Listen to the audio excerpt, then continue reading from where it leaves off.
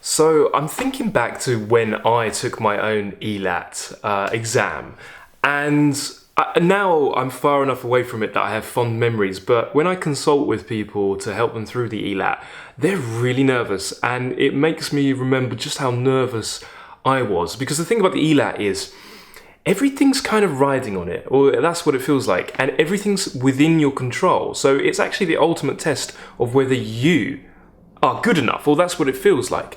And then there's always that anxiety that you're not good enough, that everybody else is better, that other people have more sophisticated writing or are able to make more sophisticated comparisons and come up with better ideas. And the thing is, okay, your grades. If you get a good enough grades, cool. That's within your grasp as well. But the thing about the grades is that's just so competitive. Everybody can get good grades. And to be honest, so many people can get grades that Oxford and Cambridge are looking for. And many people with the best grades possible, many people with 100% pass rates don't get in. And funnily enough, many people with lackluster grades do get in. My GCSE grades weren't the best in the world. They just weren't. My A-levels were good, but I failed one of them. So here's the thing is, and then you do your personal statement. And the personal statement is a little glimpse of you, isn't it? So you can put a lot of control into that, and that's super important. But there's some controversy about how much tutors really take notice of the personal statement, because I think they put the personal statement is your foot in the door. And if you get your foot in the door, then you've got the interview, and the interview counts for a lot because they're trying to work out if they can, work with you for 3+ years. They want to know how you talk. They want to know your vibe. Are you fun? That's important. Are you fun? Are you friendly? Obviously, you're going to be nervous in the interview, but they want to pick up on. They can tell what you'll be like when you're less nervous. But the thing about ELAT is, it is the paper that just matters the most, in my opinion. You go in, and I just remember my hand shaking. My hand was shaking so much that I thought that my paper would be illegible.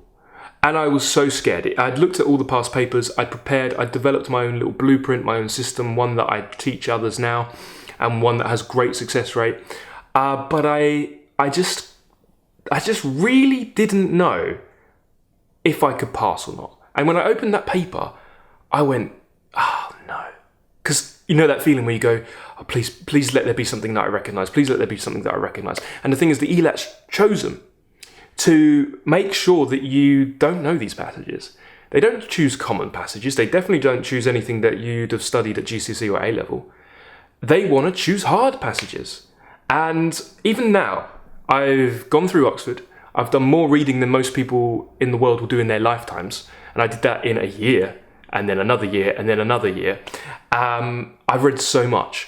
And then for the preparation for the ELAT masterclass involved me looking at a paper and going super slow into an answer and breaking it down, and then looking at an unseen paper, completely unseen, and just answering it under time conditions, putting the timer on, and you can see how I answer it.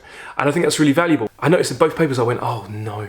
Do you know what I mean? Because I didn't recognise any of them. And that's coming from someone who is really well read. Actually, that's not true. In one of the papers I recognised Clarissa by Samuel Richardson. And in the other I recognised E. Cummings, the poet. But I didn't really recognise anyone else. Oh, Philip Roth. But that's the thing, I recognised the name, but I hadn't read it.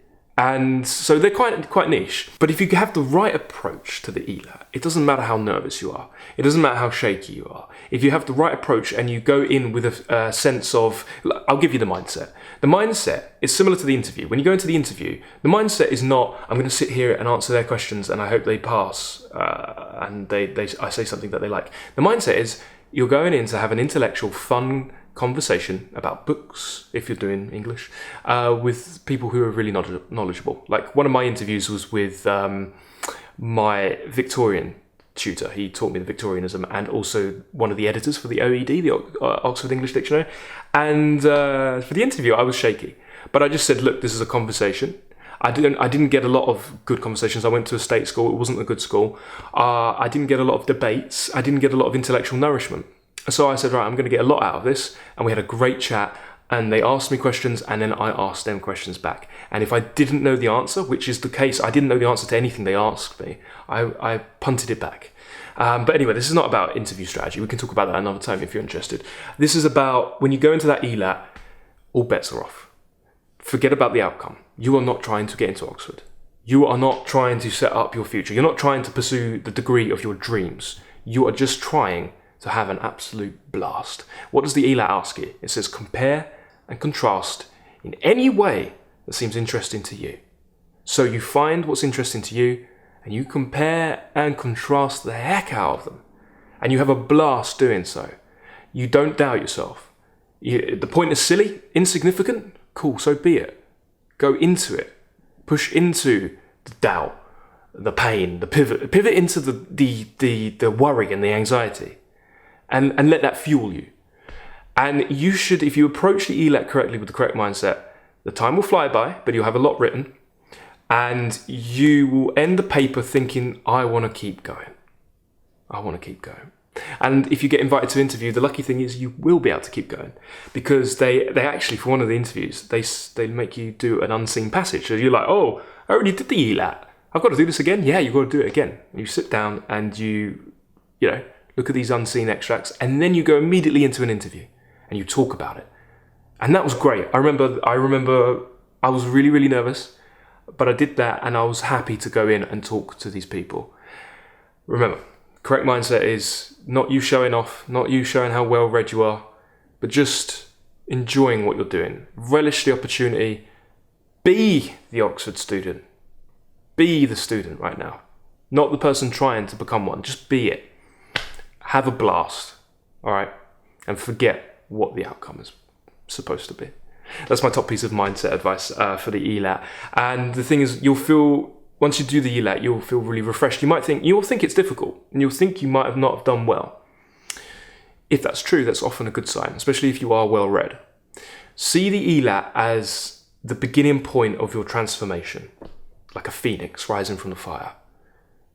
It's going to be painful, it's going to be difficult, it's going to be scary, but this is the first part of the transformation, and you're going to evolve, and this could be the start of a very exciting journey where you get into the institution of your dreams, you embrace the subject that you're so passionate about, and then you have a full and illustrious, fun career waiting for you afterwards. See it as holding all that potential and have as much fun as you can. I've got an offer for anyone interested in the Elat Masterclass. The offer is available for 45 students, the first 45 students to enroll. Offer ends end of October, and you're going to use the discount code COVID69 to get 69% off the sticker price. This is only available for 45 students. Obviously, this is a niche course, so I don't expect it to sell out immediately, but having spoken to a lot of students who are on my private newsletter, it is popular, people are interested in it, so I do expect those spaces to go very quickly. So if you're interested in the course, you're interested in watching how you break down an answer and a really comprehensive course, then use the discount code COVID69 whilst it is still available. Hope to see you there.